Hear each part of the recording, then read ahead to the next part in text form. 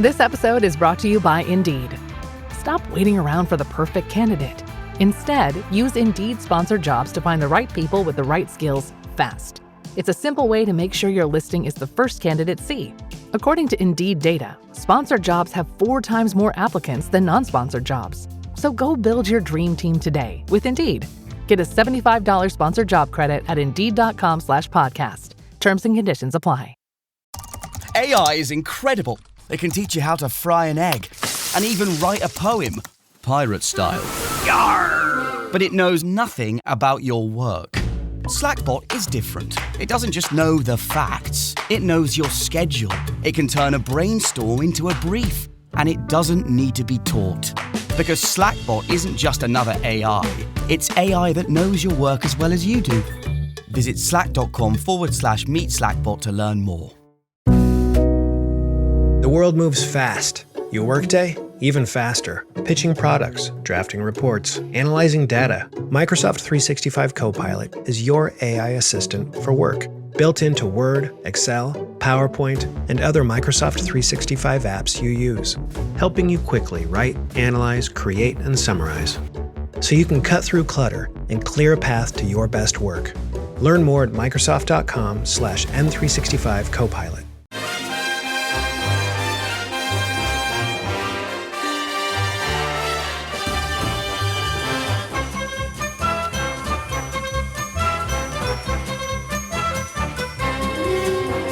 Hello everyone, I'm Chris Wynn and welcome to How We're the podcast. And I have to admit, it's been a while since I've been fussed about getting up early on a Sunday morning to review a Sunderland fixture, because for quite a while I've enjoyed the result or the performance, or quite often both. But that's not the case today, unfortunately, because I've got up out of my nice warm bed to chat about the lads taking a bit of a beating at the London Stadium against a much improved West Ham United, which means our run of looking for a win at West Ham since 2011 goes on another year, and we search for that first away win since we beat Chelsea at Stamford Bridge 1 week before Halloween. But we went down 3-1 in a strange game without a certain Swiss captain, and in a lot of ways we didn't look on it, but we were also on the wrong end of the big moments in the game, which the manager talks about so much. So hopefully we'll be able to make some sense of it all today, because with me, I have a couple of gentlemen who have seen a lot when it comes to either following Sunderland as a fan or as a journalist covering the North East. And first up, I have our very own Martin Wanless. Hello, Martin. Hello, Chris. Yeah, it's not too often we've had to do a podcast after not only a defeat, but a poor performance as well. So, it's something different for us to do, I guess. We've been extolling the virtues of everything that's been good about Sunderland over the past few months, haven't we? So, yeah, we were just talk about. Well, that's it. We were just talking about before we record. I mean, we dismissed the Man City one because it's Man City, and Brentford was during the week, so it's not very often on weekends we felt like this, is it? No, I think it's the first time this season. Which, you know what? If you told us in August that this would be the first Sunday morning, 25th of January. That would be reviewing a bad performance and a heavy defeat, we might have taken that. That doesn't excuse things that went on yesterday. I think there's lots to get into, but I think we'd have taken, in context, we'd have had that, wouldn't we? I'd have snapped your hand off, because even in the brilliance of the Peter Reid era, first day of the season, we got smashed off Chelsea. So it happened. It happened before we took a breath. But we're just talking as well. You stayed up for it as well, so you probably feel like some of those fans who travelled there a bit pissed off that you bothered. Oh, yeah. Well, yeah. Look, it's the territory that comes with living 16,000 kilometres away from the action, isn't it? But no, it was a 11:30 p.m. kickoff here, so it was one of those where it's too early to go to sleep beforehand, and it's kind of too late really to stay up. But you stay up, and you might have another drink or two that you wouldn't have had otherwise, and all of a sudden, it's 2:30 in the morning, and you're reliving a load of different things, and you're going over it in your head, and you can't get back to sleep, or I can't get to sleep rather. So, no, it's been a long day today, Chris, to be honest. But we'll see how it goes. Well, hopefully this therapy calms you down, mate, and you'll get some sleep later today. Fingers crossed, that's it. But next up is someone who has seen it all. Well, just about anyway, as he's covered North East football as a journalist for over 30 years, and we're very pleased to welcome a friend of the podcast. It's Ian Murtagh. Hello, Ian. Hello, good morning. I think the last time I was on, when I asked if everyone was all right, I knew what the answer was. I'm not so certain this time. No, exactly. We haven't felt this too often this season. But look, you've seen Sunderland for a long time, Ian. Let's just put it straight into context straight off the bat. I mean, you've seen much worse when it comes to Sunderland, haven't you? Yes, I can remember uh, seeing Sunderland lose 6-0 at West Ham back in was it the early mid-90s? Yes. So it's not even the worst display I've seen at at West Ham, though it wasn't very good. Yeah. Well, actually, I remember that one. That one was on Tyne Tees, wasn't it? It was. And it was, I remember because we were doing okay, and then Don Goodman got a head injury and he had to go off for some stitches. And I think he came back on and we were 3 or 4 down by the time he came back on. I think I can remember what I wrote that day. I said, I don't think something along the lines of, I don't think Sunderland enjoyed their Sunday roasting on this occasion. Because I think it was Alvin Martin who gave him one, the odd elbow as he did, and I think he split Don Goodman's head open, and that was the end of the game. Really, I think Malcolm.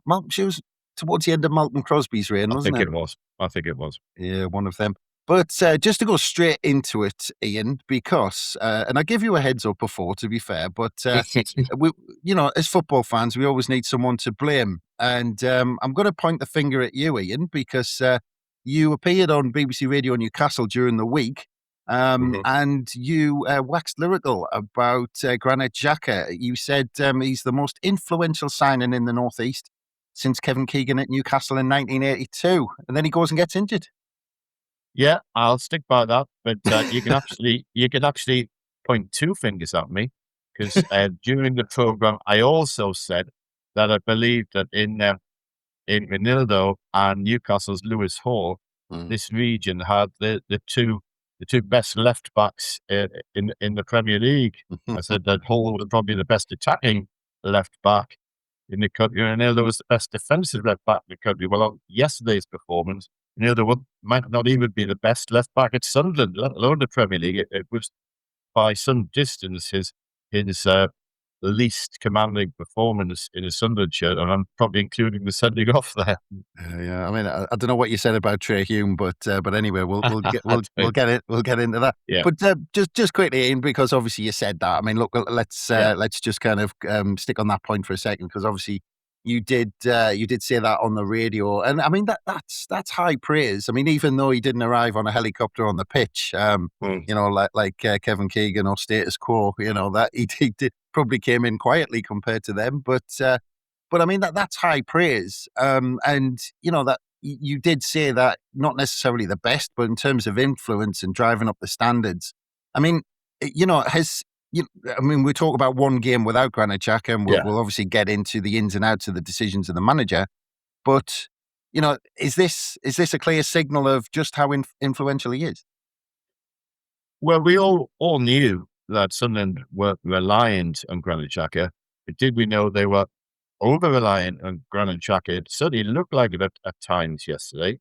I mean, when I compared him to Keegan arriving at Newcastle in 1982, which I'm old enough to remember, although I was a kid, a young man rather than a journalist. But I mean, I think a case could be made, as I think John Anderson, Darren Williams did for Kieran Trippier at Newcastle. But in terms of his influence, I think it's on the pitch and off the pitch. Now, I know it was speculated on that he had a late fitness test yesterday morning to see if he could play. I suspect that Reggie Lebris and the coaching staff knew on Friday before they set off that he wouldn't be available. But isn't it significant that he was there sitting on the bench? So I think that just fuels his belief that he's such an influence in the dressing room, on the pitch, and on the training ground.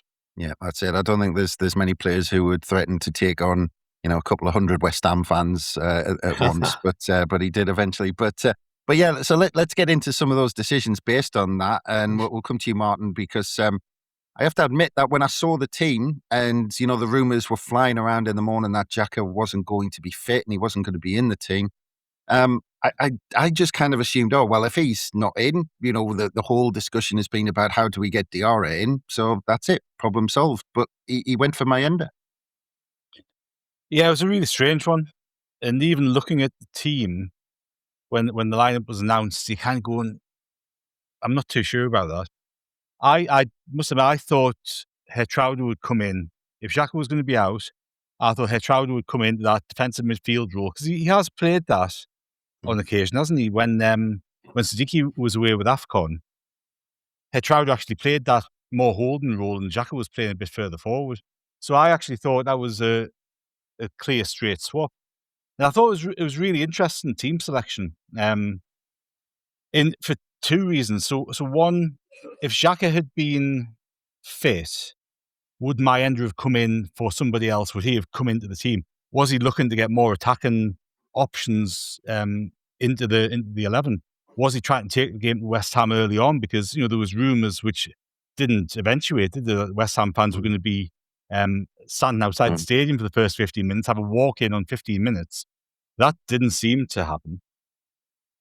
And I just thought it was a really baffling lineup. I think in terms of Trey Hume playing in the role that he asked him to do, I thought it was actually really unfair on Hume to be playing there. And he didn't, go into individuals shortly, won't he? But he didn't cover himself in any glory at all. What really surprised me more than the actual starting 11 was the formation that we lined up in. Now, I don't know about you two, but it looked to me in the first half that it was a 4-4-2. Mayenda was more through the middle than he was on the wing. Hume was kind of playing on the right-hand side of midfield. We had two in midfield with Siddiqui and Lafay. And I just thought we got outnumbered, overrun, all sorts of things. And I just, we've praised Register Bris an awful lot over the past, 18 months plus he's been here. I think if you gave him the chance to go back to 10 o'clock yesterday morning and choose a team again, would you choose the same team? Probably not. And I think, while we've praised him an awful lot, I think he got it pretty badly wrong yesterday. Yeah. I mean, Ian, do you think that the fact that he went with Mayenda, and as Martin's kind of mentioned, he tried to go with that almost a 4-4-2, do you think that was influenced by the fact it was West Ham who had lost, I think it was 8 out of 11 at home, and he just thought this is a good opportunity to go at a team who's struggling? Yes, it could have been. I mean, just to reinforce Martin's point, yes, he did think he got the team wrong, because is that the first time he's made 3 substitutions at half time? Yeah. So if that's an admission of inverted commas guilt, then there we are. I didn't think Diarra would play because I think he will be eased back, although I would expect him inside next week. I was surprised that Gertrude didn't start, especially due to the fact he played 45 minutes for the under-21s in midweek and was then taken off, which suggested that he could have played. On the Hume role, well, 7 days earlier we'd been waxing lyrical about this wonderful hybrid role, and hybrid turned to horrid on a Saturday. But it was strange. We like the fact that Bris is a pragmatist, and there is a plan A, the plan B, probably plan C and D, which you probably had to implement yesterday. But I suspect it was a horses for courses policy. He thought, well, West Ham are pretty fragile at home. I think he wanted to start on the front foot, which Sunderland did. Let's not forget they did almost score with the shot from Siddiqui, which has been overlooked, I think. But yeah, I mean, listen, it didn't work. In fact, it backfired spectacularly. Yeah. Well, I mean, Martin, just quickly as well on that formation and setup. The one thing, a couple of things puzzled me. I mean, we'll get into a lot of things that puzzled us, but just in terms of what I saw before kickoff was the strange decision with pulling Lafay in a deeper position when he's been so good lately in that forward position and getting those gaps and being an option for the midfielder to pick up and almost link in the play. And the other thing is the game started off, because you're saying it was a 4-4-2. I just thought Mayenda, he looked, the way he was moving, the way he was drifting, he didn't seem to know where he should be on the pitch. No, look, I think with Lefay's been fantastic over the past, since he got into the team early on in the season, didn't you? Don't forget he was on the bench for the first couple of games, wasn't he? And he's been absolutely superb. And he's been, I think, one of our most important players. I think he's dictated all the good things that we do as a team. He's often been at the heart of them. I just find it really, really strange. You're taking Xhaka out, who, as Ian's talked about just before, is such a pivotal sign and has been so good for us. So good for us. You're taking him out of the team, and then you're shifting Lefay's position. Mm-hmm. You're shifting Hume's position, because, I know people see different formations with different lineups and stuff like that, but to me, that was a very straightforward 4-4-2, and I think Mayenda was kind of wondering about trying to get into the game, but he couldn't get into it. Mm. But he was in that central third of the pitch rather than hugging the touchline.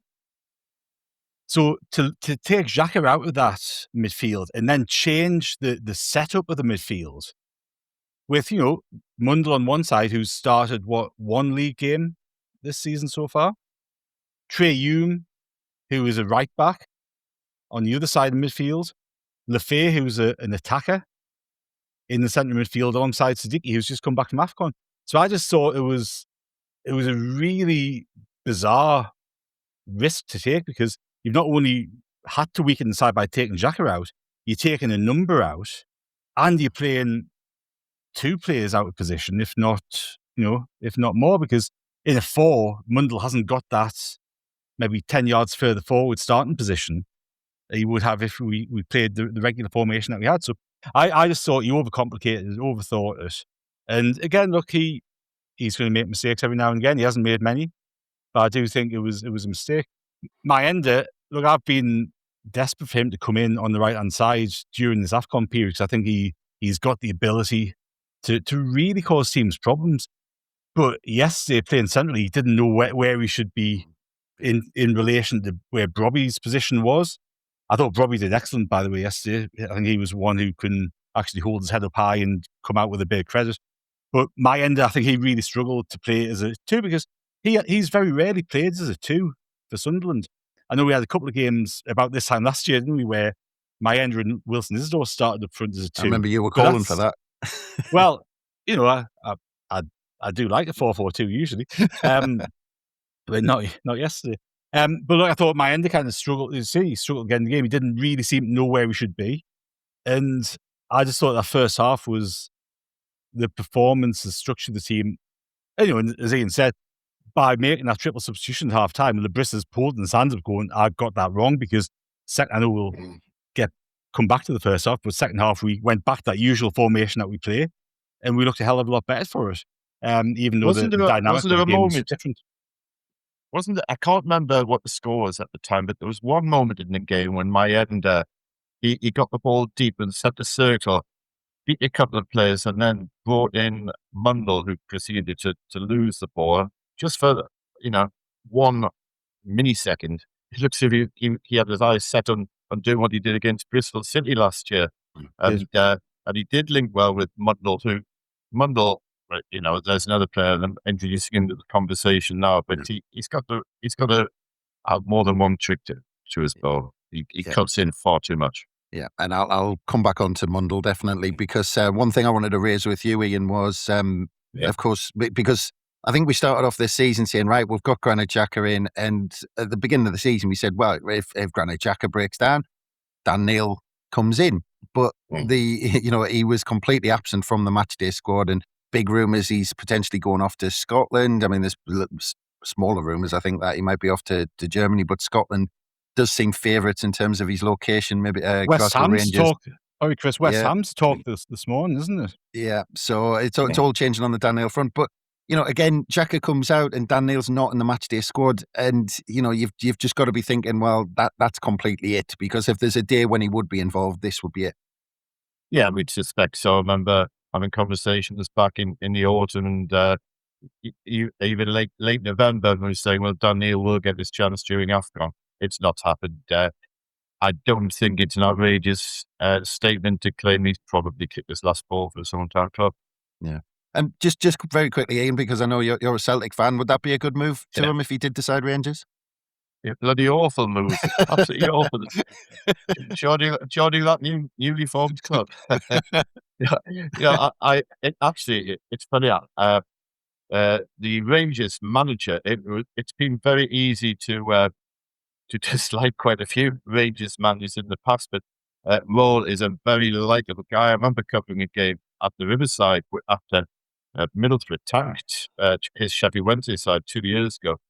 And before, in the post-match press conference, he went round all the journalists, shaking their hands. He was very pleasant. And you might have a Rangers blazer on now, but I quite like that. So Dan Neil, I would wish him plenty of personal success, no collective success. Well, actually, just before we get into the game, Ian, while we're on the subject of Rangers, Ali McCoist let slip in commentary that he was interviewed for the Sunderland job back in 2017. I'm not sure how much you know about that. I think that did come out at the time, that he was interviewed for the job. Of course, it never really comes across in broadcast when he's broadcasting, but he's always had a soft spot for Sunderland. I think his sons remain Sunderland fans because his ex-wife is from Sunderland. And I actually, if you listen to him talk, you could be forgiven for thinking he was more pro Newcastle than Sunderland. I think, to be honest, he likes both clubs up here. But as we knew, he kept in touch with the late, great Gary Rowell. And as I say, it doesn't come across when he's broadcasting that he has some strong Sunderland links. But that doesn't surprise me. And I don't think they made too much of it. Was it just before Gracie got the job? Yeah. It did have a passive mention, but let's face it, he hadn't exactly covered himself with glory as Rangers manager, had he? Yeah, well, he did say on commentary, to be fair, that Sunderland got away with that one, but it might have been fun all the same. But anyway, let's get into the game, Martin, because look, I'm sounding like a broken record every week that we come out the traps. As soon as kickoff happens, that we get, we push up the pitch, we try and pin the opposition in for the first 5 minutes, and we did here. We had long throws, we had a corner. First minute, Siddiqui had, as Ian's already said, Siddiqui had that volley from the edge of the box, which was well saved. But you always think, right, we're on it today, we're in this game, we've started well, and it's always that first 5 minutes. No, it has been for the past few months, hasn't it? We've tended to start games well, and that was no exception yesterday. And look, I think as we get into this conversation, the game turned on some big moments, didn't it, and some big goals. But that opening spell was kind of what we come to expect from Sunderland. We were getting a hold of the ball. We were kind of trying to string some nice moves together. We were trying to get some territorial advantage. We had a couple of long throws. We had we had at least 2 corners, I think, from memory, and the delivery wasn't terribly good. Obviously, Xhaka has been taking corners from the right-hand side, hasn't he, in swingers, and he wasn't on the field to take those. So, but we just didn't get an advantage. We just didn't take advantage of that possession that we had. And West Ham are always going to come back in the game, aren't they? They're always going to get the ball. They always have a spell of possession, and it kind of turned relatively quickly, I think. Yeah. That's it. And, we didn't take advantage of those corners because I think West Ham, there was a statistic that West Ham had conceded more goals than anyone else from set pieces, and we really didn't take advantage of that. But before we get into the opening goal, I think we'll take a quick break. So we'll be back very soon. Adobe Acrobat Studio, so brand new. Show me all the things PDFs can do. Do your work with ease and speed. PDF Spaces is all you need. Do hours of research in an instant with key insights from an AI assistant. Pick a template with a click. Now your prezzo looks super slick. Close that deal? Yeah, you won. Do that, doing that, did that, done. Now you can do that with Acrobat. Now you can do that with the all-new Acrobat. It's time to do your best work with the all-new Adobe Acrobat Studio. Año Nuevo. Los mismos extra value meals en McDonald's. Ahora te puedes llevar 2 snack wraps y papitas y una bebida mediana por solo $8. Solo por tiempo limitado. Precios y participación pueden variar. Los precios pueden ser más altos en Hawái, Alaska y California y con entrega. Every sip of Coca-Cola brings you closer to the excitement of the FIFA World Cup 26.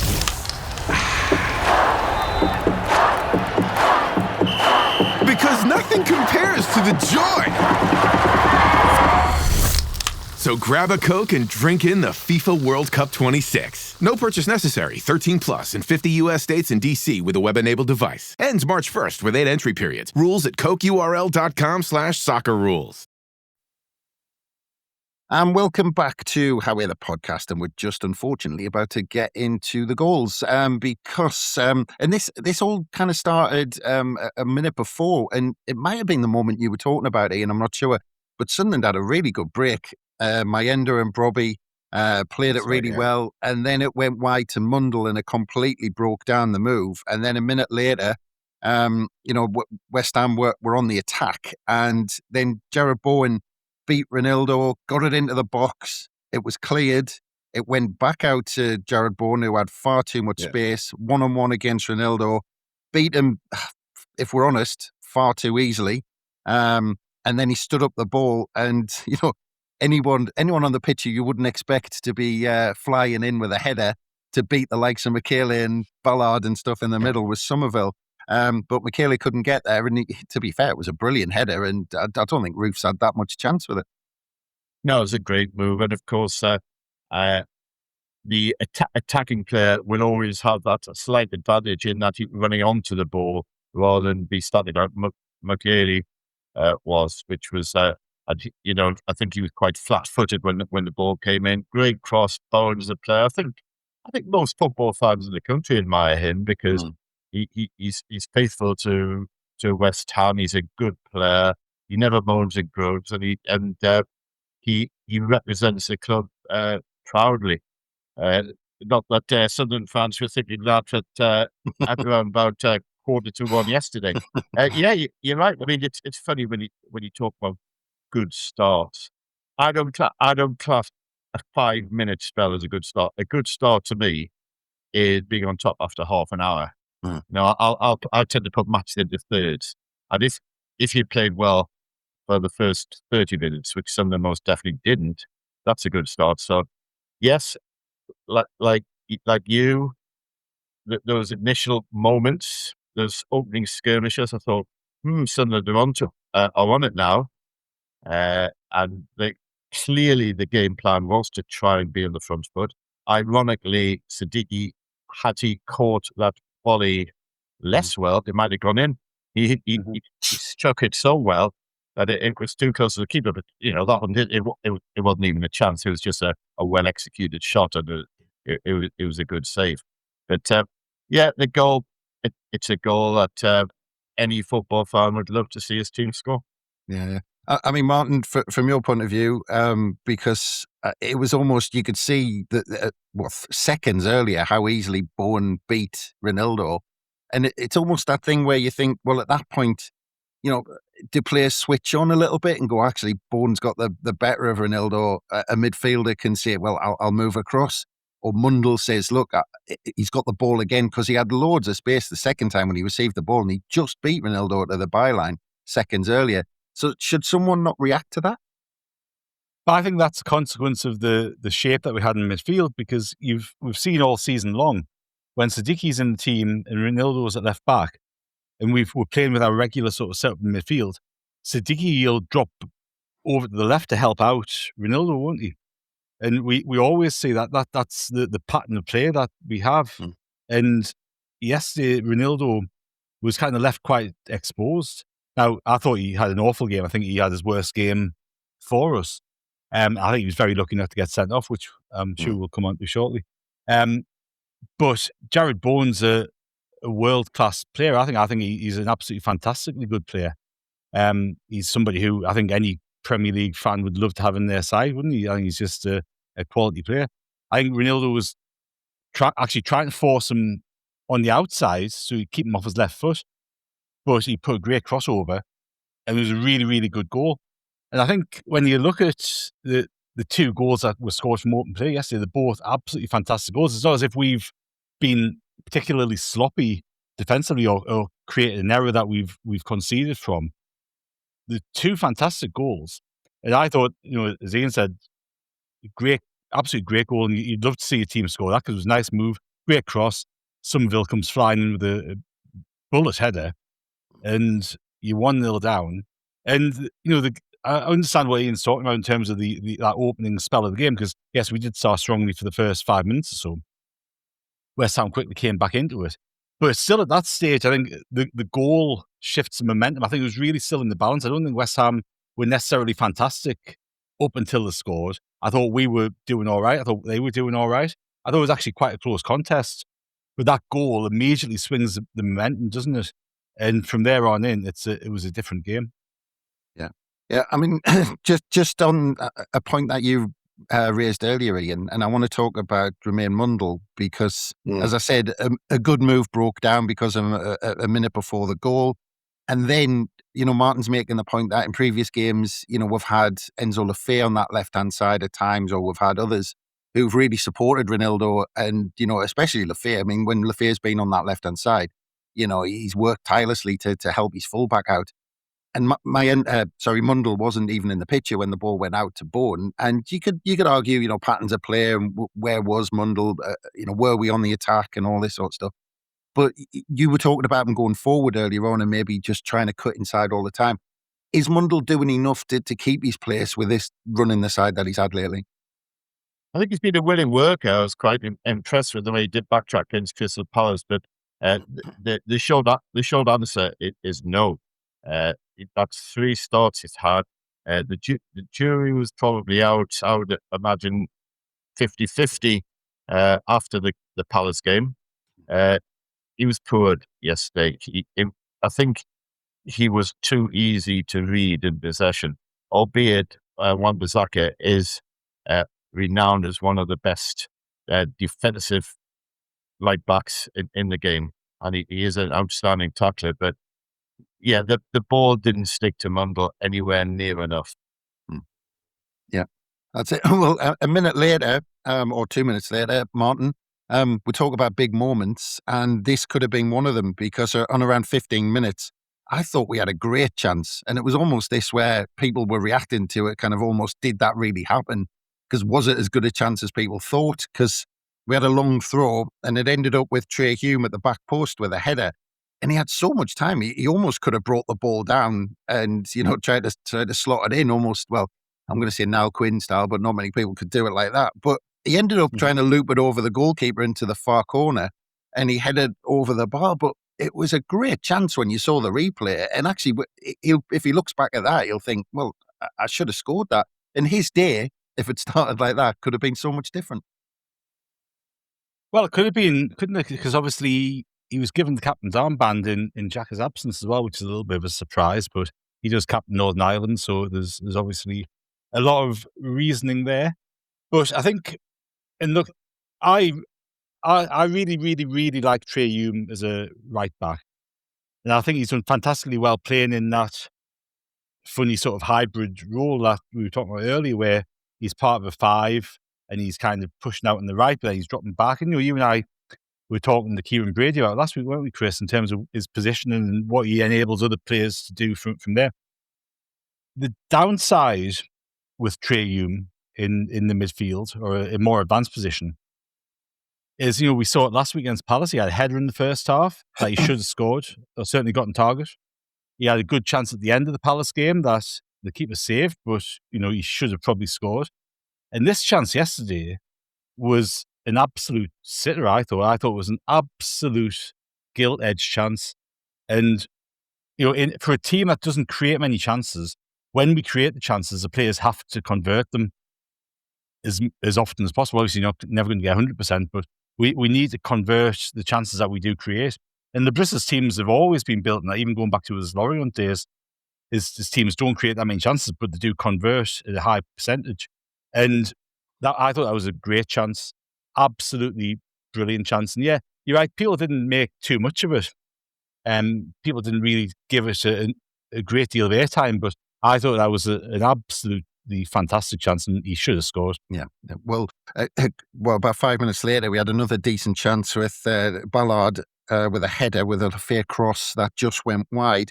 But then on around 26 minutes, Che Hume's day got worse, Ian, because first of all, it all started with Sunderland on the attack, and Sunderland were in a really good position with Trey Hume in the West Ham half, and we had some really good position with the ball, and there was players on, and he gave the ball away straight to a West Ham player, and West Ham went on the break, and they ended up switching it to their left, which by this point, Che Hume had actually got back in a defensive position.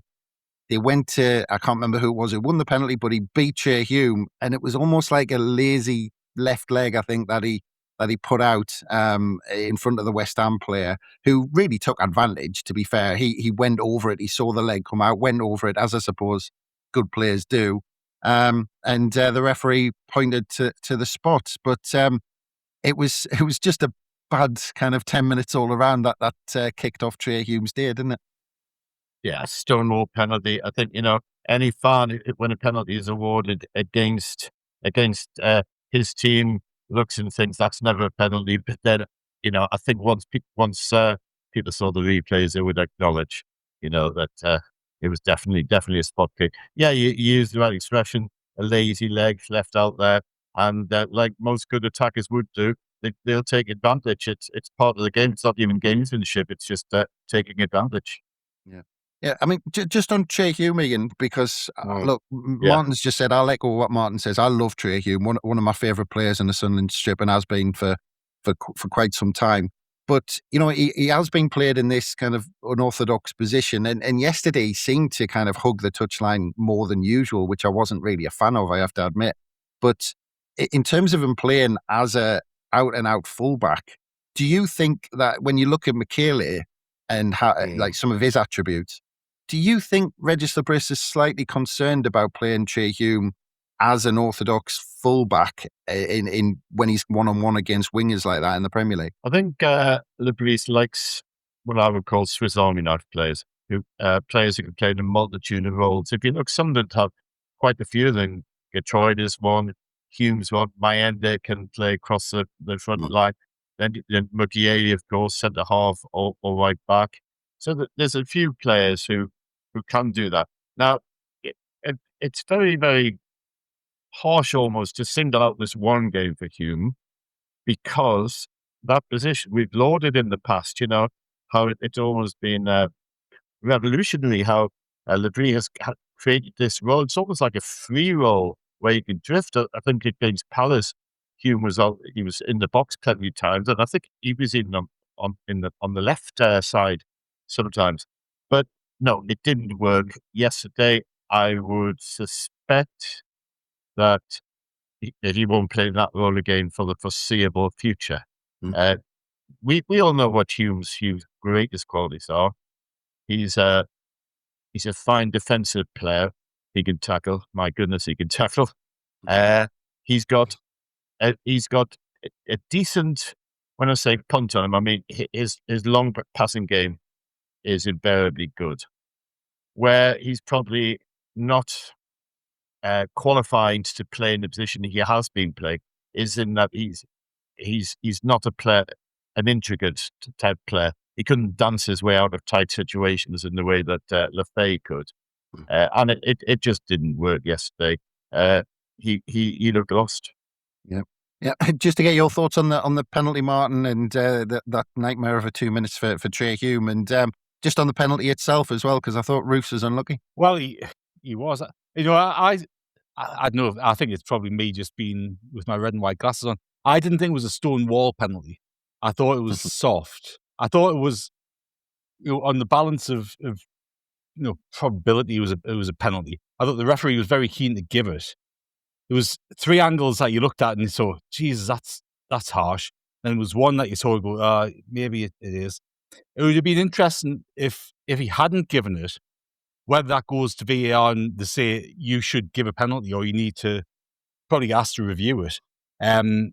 I thought it was a bit on the soft side. He certainly won it rather than anything else. Roofs got very close to it, and we've seen Robin Roofs' penalty saves so far this season. He's excellent when he's facing the ball from 12 yards. I think Jared Bowen slipped a little, didn't he, when he took it? And he probably didn't get good enough or as good a connection as he was intending. Roofs was very close to saving it. But yeah, unfortunately, he was right in the corner, wasn't it? Yeah, and the commentator was quick to tell us that it was the first time that West Ham had been 2 up since February 2025 when they played Leicester, which was a nice stat to hear when you've gone 2-0 down. But it was just after the half hour as well, and we'll come back onto this. But Bowen beat Ronaldo again, and Ronaldo just had to take him down and get a yellow card. But then a few minutes before the regulation half time, West Ham went 3 up. Ian, there was a long ball from their own half in behind Michele. I'm not sure about the position of that because Somerville was hugging the touchline, brilliant from Fernandes. It was kind of half cleared and the ball came back out about 20, 25 yards out if we're kind. But I thought this was a symptom of how we were playing and almost just that I suppose that shock of going 2-0 down, that when the ball came back out, you looked at Lafay, you looked at Hume, you looked at Siddiqui, nobody closed the ball down. And although it was a fantastic strike, he had the time to do it. That's right. And I remember, instinctively thinking, Lafay, what are you doing? Just standing, admiring the shot. But it's not quite as simple as that, is it? That was a moment in time. And I suspect Sunderland were at 6 or 7 at the time. And that move could have been thwarted much earlier. But it was strange at 2-0 because when your side goes 2-0 down, few fans think you can win the game. But I'm sure it was in the minds of Sunderland fans, West Ham fans, neutral fans. Had that gone 2-1, then the Hammers would undoubtedly have got the Collywolves, But at 2-0, they were.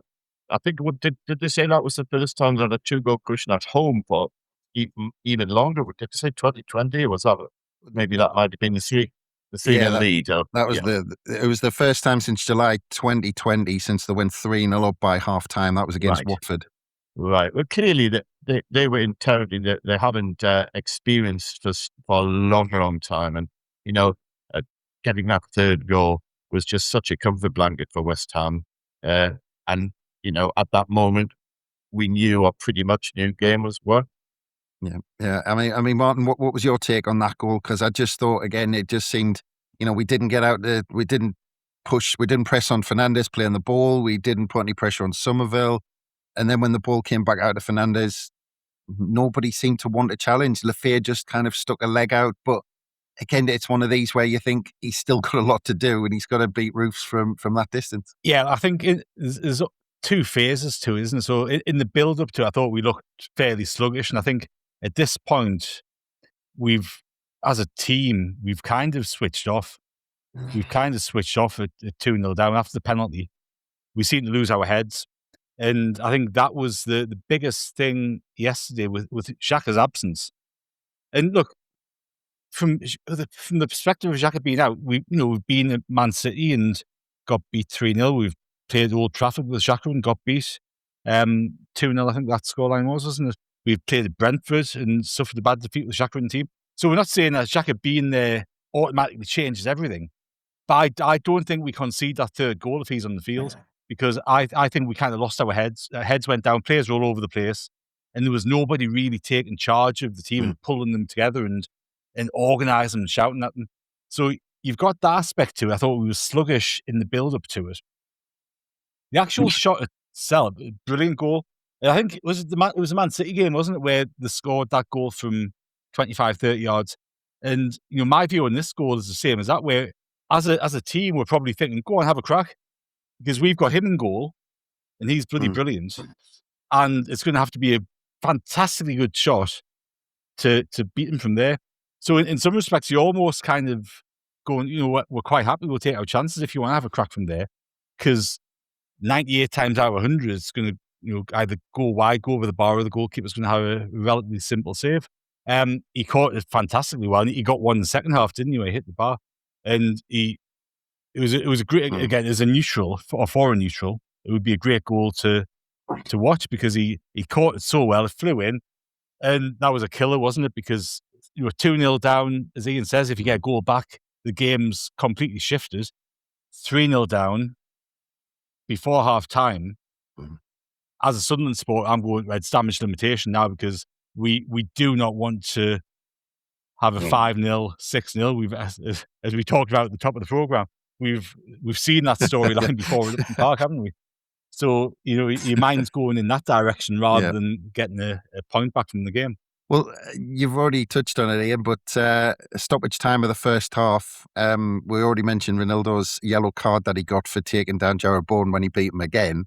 But once again, in stoppage time, Bowen did the same, cut inside, and Ronaldo kind of caught him. And I'm not sure how bad this one was. It was one of them that was slightly mistimed. I think 9 times out of 10, if he hasn't had that first yellow card, he gets a yellow card for this tackle. But you've got to think he was lucky at that point. Yeah, we put that in the lucky boy category, don't we? I think every Sunderland fan had the heart in the mouth at that moment. Yeah, I mean, just on Ronaldo, because you've been singing his praises, you've been talking about Sunderland's fullbacks all season, and was this an off day? Was it playing against a player like Jared Bowen who's got that quality? Although you've got to think with the injuries Bowen has, he's lost a yard of pace the last couple of years or so. So, I mean, was he just out-muscled, or was it, was it an off day? Well, you'd like to think it's just an off day. Great trickery, great footwork by Bowen, by the way. Bowen's game's not really, all about pace, but, he just basically outwitted and outdanced Ronaldo on that flank. Yeah, and Martin, at half-time, we've said Hume, Ronaldo and Mundle came off. And you've got to think that there was a big reaction at halftime in the dressing room, but a lot of people were calling for substitutions to be made during the first half. Do you think the manager was right to wait till halftime? I think he should have changed formation, certainly in the first half, whether you change personnel or not. We've seen it, haven't we, when we went 2-0 down Man U and he took a dinger off and put Ballard on and change formation. We've seen that he's not scared of making subs in the first half if he thinks it's warranted. But I think he was stunned a bit, and I think he was slow to react in the first half to change something. Whether we made subs or whether we changed formation, I think something needed to change. I think you could see what was potentially going to happen with Ronaldo, couldn't you?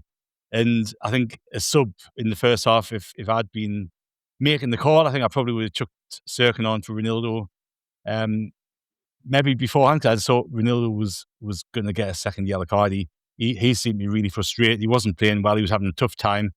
He'd got that booking, and you just kind of going, "Oh, don't stick your foot in. Don't do something daft." And he did, and he got away with it. Obviously, 3 subs at half time. It's unusual for the Bris, isn't it? We haven't seen him make that number of changes ever at half time. So that tells you everything you kind of need to know about how he thought the team was playing. And, I think you could probably go through a number of players who could have potentially come off at half-time. I think there was a few of them weren't necessarily having the best of games. Trey Hume obviously struggled. Mundle, as we've talked about, didn't get into the game. And, it's going to be really interesting on as an aside what's going to happen with Mundle. I wouldn't be surprised to see him go out on loan this week. I feel he wants first team football. If you kind of listen to the rumours, there's been talk that he wants, regular football. I don't think he's good enough to get regular football in the Premier League with us this season. So does he go to the Championship? Does he go elsewhere to get regular football? I think it's a big question that'll be answered over the next 10 days or so. But he rightly came off. I thought he was poor. He didn't do a great deal. Mayenda went back onto the right wing, didn't he? Where I thought he probably should have started. Diarra came on. It was brilliant to see him, and I thought he played really well as Broby yesterday. I thought he looks a good player. We haven't seen much of him, have we? He started the first couple of games, but got injured very soon. So we haven't really seen what he's all about. And he looks like he's got a lot about him. But, again, leaving Geertruida on the bench, I just thought it was baffling. You've got a Dutch international there who's performed in midfield. He's performed in defence for us. We're struggling in midfield. We're struggling in defence. And he doesn't get a sniff.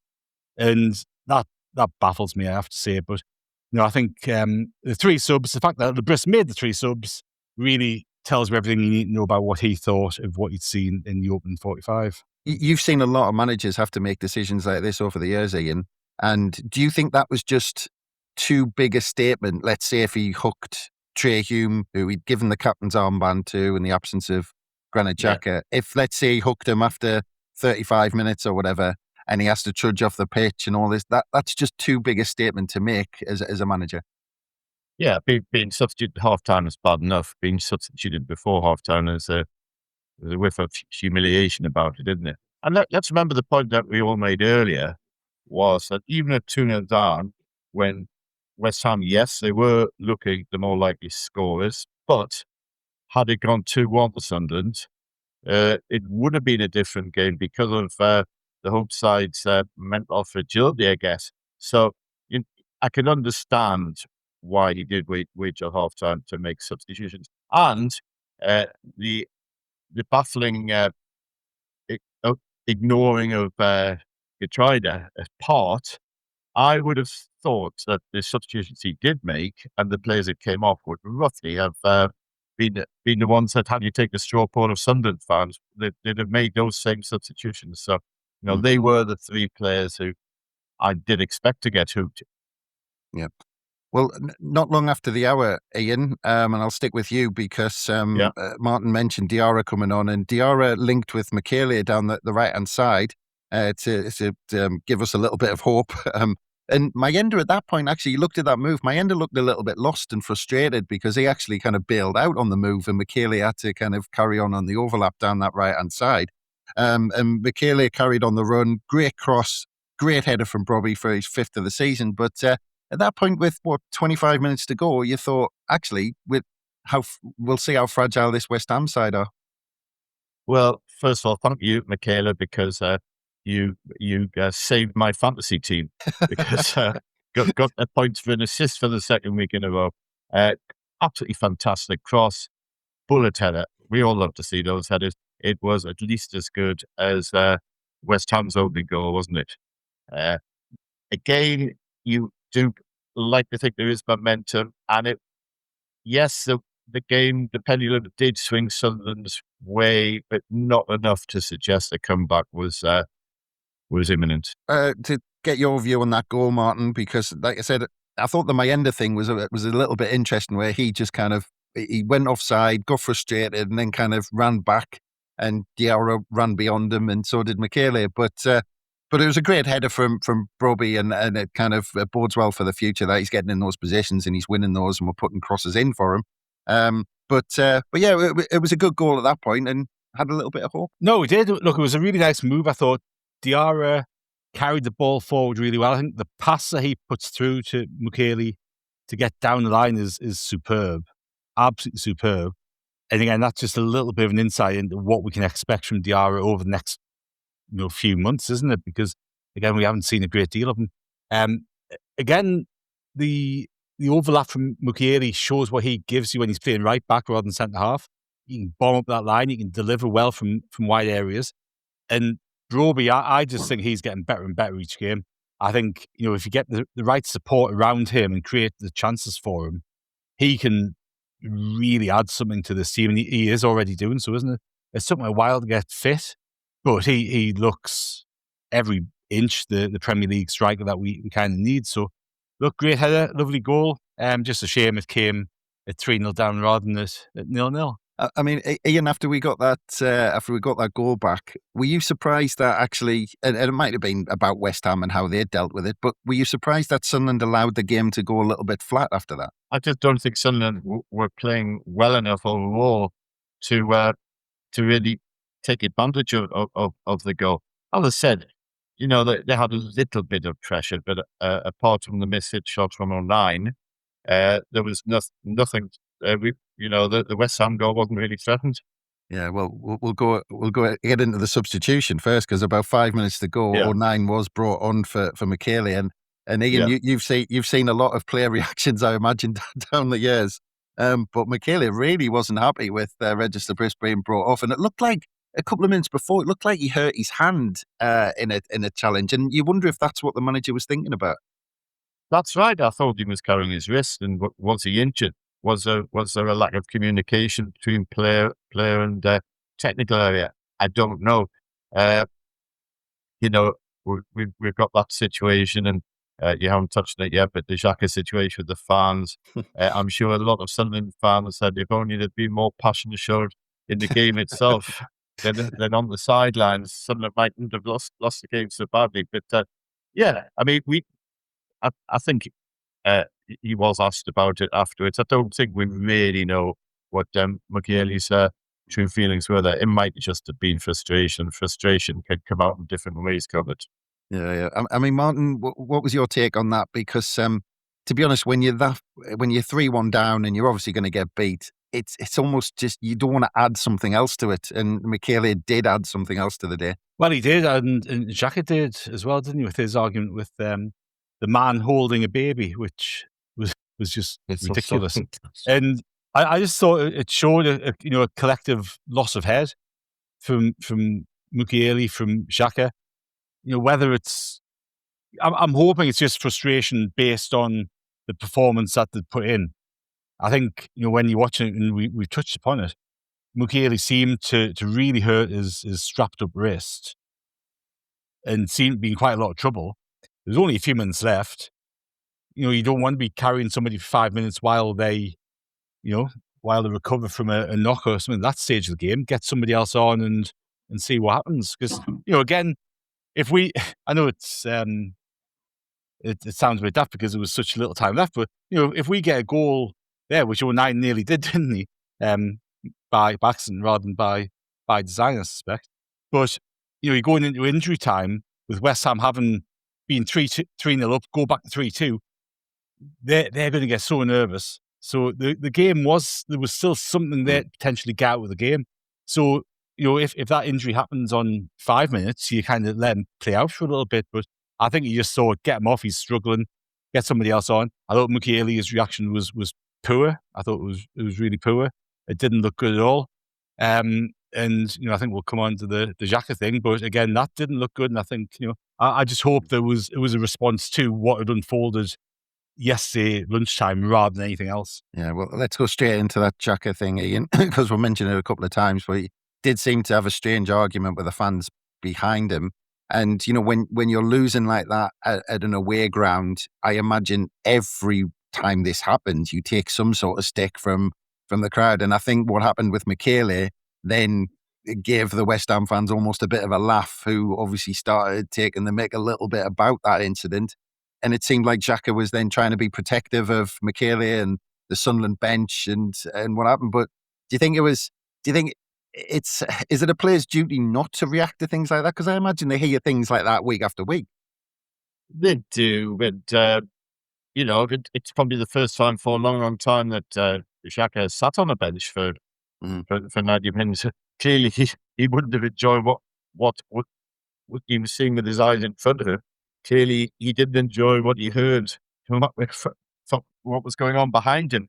It wasn't a happy bench, was it? It was a happy home fan base, and I'm sure there's a little bit of mockery, and Xhaka took the bait. Yeah, I think I read somewhere it's ironic that West Ham fans sit miles away from the pitch, yet right next to the away bench. So it's a bit strange at the London Stadium. But just talking about that 09, and I'll let you decide, Martin, because I'll pass it to you, because I thought it was in at one point. I was almost up celebrating, but the keeper made a fantastic save. And when you look back at it, because I thought, he sliced this. But when I look back at it, I thought, hang on, is he gone for that? No, I don't think so. I think you've been generous there, Chris. I think he sliced us. And I think give us that one from the tape, bloody hell. No, I would have loved to have seen it go in. It would have been great for 09 to get a Premier League goal, wouldn't it? But no, I think he sliced that cross. Yeah, well, okay. I'm still believing that he meant it, and it would have been a fantastic goal. He would have ran to the bench and shook hands with Mukiele, and then we would have gotten an equaliser. But that's a parallel universe. But in injury time, Ian, a really bizarre incident. West Ham on the attack again, just to finish the game. Fernandes hit the bar, but on the replay, the ball's going past Alderete. I can't remember which striker it was from West Ham, but they were basically fighting each other as the ball flew past and smashed off the bar, and only kind of broke apart because the ball was still in play and there was a chance of a goal. Yeah, the last 5 minutes, they were bizarre, ugly, and let's face it, didn't show something in good light on or off the pitch. I didn't take too much notice of it really because, the match was effectively over. And but yes, it was strange, wasn't it? I mean, it would have been even stranger had there been arguing and the goal had been scored. Yeah. I mean, what should we take from those late stages, Ian? Because there's an argument to say, well, look, the players are still, the players are frustrated about it, so they're feeling something, which is what you want to see. But do you want to see it, coming out like the way it did? No, I think it's a short answer there. It wasn't Sunderland's proudest day. They were a better football team than that. Although, let's face it, away from home, they haven't been a good football team for quite a long time now. And to point out, I would stress Sunderland have they've become a popular side. Whether they're everyone's second favorite team, I don't know, but people have been admiring what they've done this season. They've been very impressed with Sunderland's support. Again, yesterday wasn't a great day for the football club, and I'll just leave it at that. I mean, Martin, how do you feel about that? The way that some of that frustration came out. I mean, is that what we want to see as fans? That the players are hurting, or do we just want them to kind of deal with it internally almost after the game and come back and show us on the pitch next time round? No, I thought it was petty and petulant. I thought it was a really poor reaction, and we haven't had that many defeats of that manner this season, as we talked about early on in the show. And, we've got to be able to handle defeat well and use as motivation rather than getting, throwing toys out of prams. And, in the closing stage yesterday, it was like we were throwing toys out of prams, and we didn't do enough on the field to deserve a result out of that game. And the players are in control of that bit. If they want to do something about it, do it on the bloody field. Don't go arguing with the manager. Don't do daft bloody things. I thought it was poor, and I think the Bris will deal with it. You would expect, wouldn't you? Because it, as Ian said, it didn't show this team, which has done fantastically well all season. It didn't show this team in a good light at all in those closing stages, and I just thought it was poor. Just on that away form, Ian, because you mentioned it, I said up front that we haven't won since we played Chelsea the week before Halloween back in October. You look at the away form table and, we've scored 6 goals in 12 games, one every other game. You look at it, people then point to the defence and you go, well, okay, we've conceded 17 in 12, but that's only 3 more than Wolves have conceded, and we've only scored 1 more than Wolves, and they've only taken 3 points on the road all season. I mean, we've put in a few decent performances lately, but that point to the Brighton one, the Spurs one, especially second half. So the performances have been there, but how much should we be concerned about the numbers? I think there's got to be a degree of concern. I think we need to look at the bigger picture. Before this game, a lot of Sunderland fans, a lot of us in the press were thinking, well, if Sunderland can get 4, 6 points from the next 2 games against West Brom and Burnley, European football becomes a strong possibility. I think, unless there's a change, that can be ruled out because the away form is a concern. Now let's look at let's ignore the Everton game, and A, because it was in the FA Cup, and B, because Everton's side was badly depleted. So if you then take the Spurs, Brentford and West Ham game, that's 7 goals conceded. And out of 4.5 hours of football, I'll put it to you that Sunderland played well in less than an hour of those 4.5 hours. I played badly for well over 2 hours of those. Just remember Spurs could have been out of sight. Sunderland were largely powder puff against Brentford and then went to pieces. And again, yesterday was probably the worst performance of the season. That is a concern. Sunderland are everything from quite good to formidable at home. But the reverse is true away from home.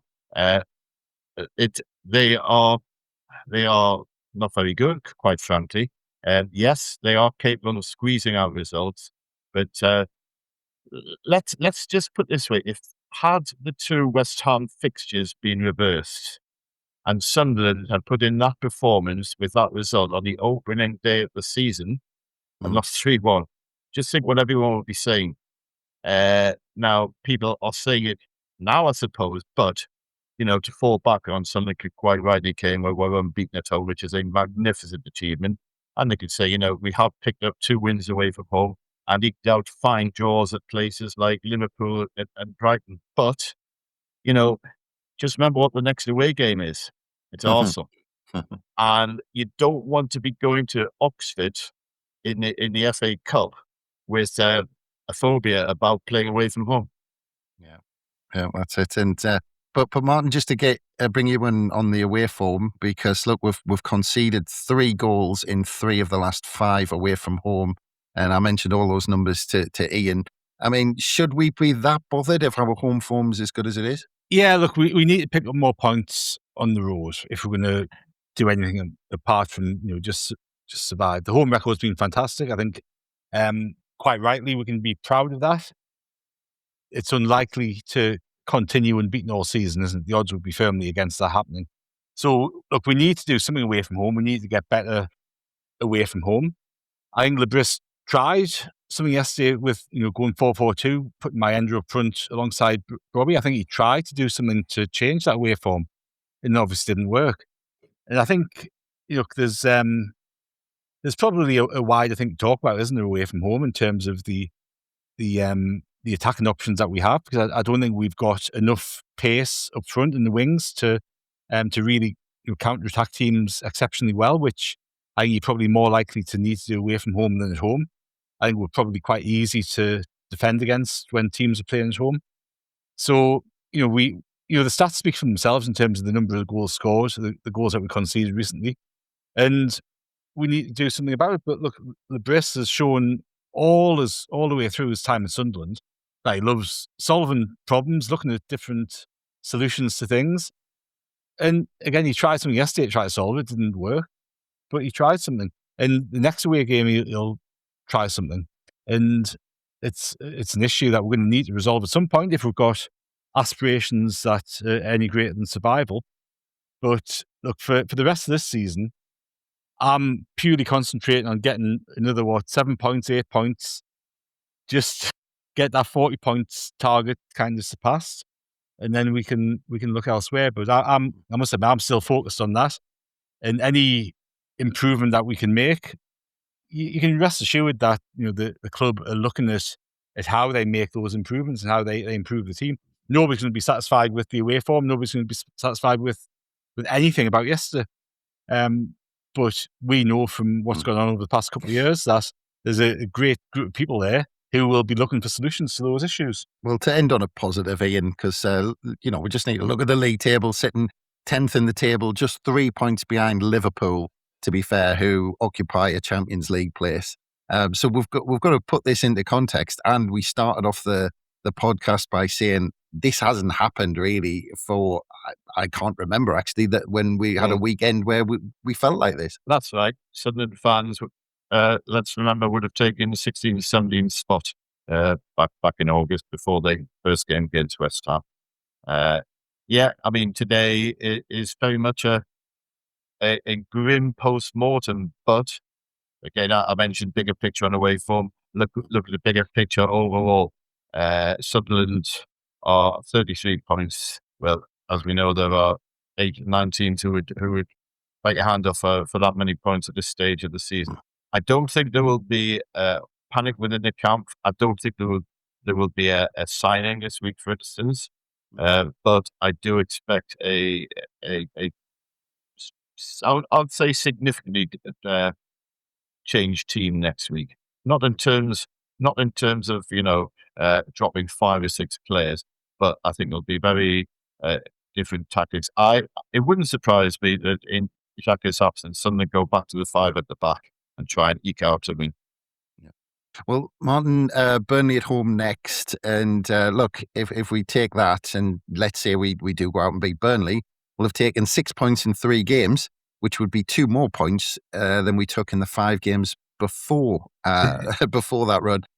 When actually a group of games when we thought we played well. So all would be rosy, surely. Yeah, look, and I think this is the point about keeping a bit of perspective about the whole thing. You know, if we'd drawn away at Chelsea and drawn yesterday, everyone would be happy, but we'd be a point worse off, wouldn't we? So, look, I think you've got to take the season in context. It was, you know, made no bones about it. We pulled no punches today. It was a poor performance on and off the field yesterday. There was a number of things that went wrong, but you know, we're still tracking all right. We're still tracking fine. We're sat 10th, great. So you know, let's see what happens when we play Burnley next. I think it's next Monday, isn't it? And that's a great opportunity to get some points on board. Burnley are coming into a bit of form. They were unlucky yesterday, not to get all 3 points against Spurs. So that won't be an easy game at all.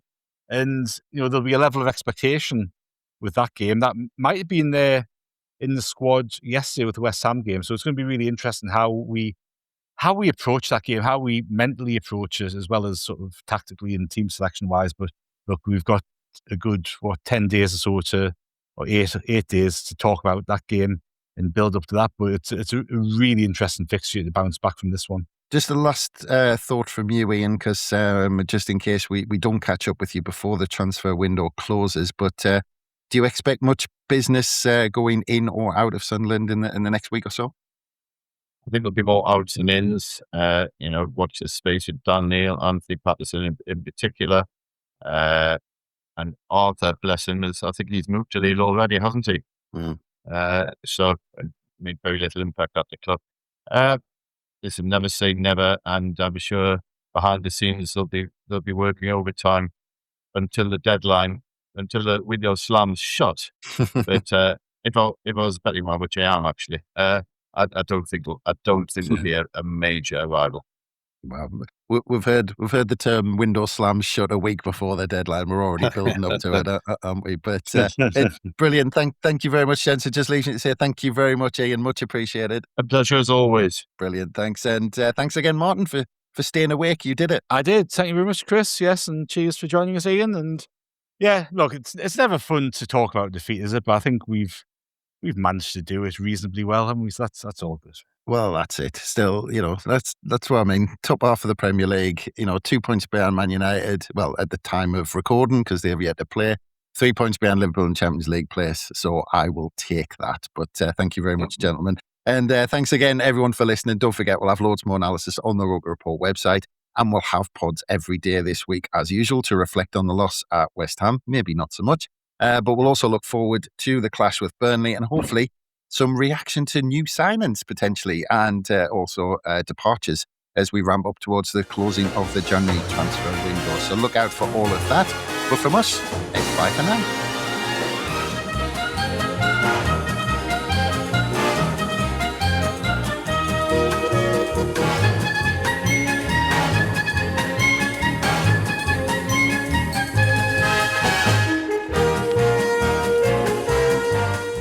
Well, the holidays have come and gone once again, but if you've forgotten to get that special someone in your life a gift, well, Mint Mobile is extending their holiday offer of half off unlimited wireless. So here's the idea. You get it now, you call it an early present for next year. What do you have to lose? Give it a try at mintmobile.com/switch. Limited time 50% off regular price for new customers. Upfront payment required. $45 for 3 months, $90 for 6 months, or $180 for 12-month plan. Taxes and fees extra. Speeds may slow after 50 gigabytes per month when network is busy. See terms. We interrupt this program to bring you an important Wayfair message. Wayfair's got style tips for every home. This is Styles McKenzie helping you make those rooms sing. Today's style tip. When it comes to making a statement, treat bold patterns like neutrals. Go wild, like an untamed animal print area rug under a rustic farmhouse table from Wayfair.com. Fierce. This has been your Wayfair style tip to keep those interiors superior. Wayfair, every style, every home.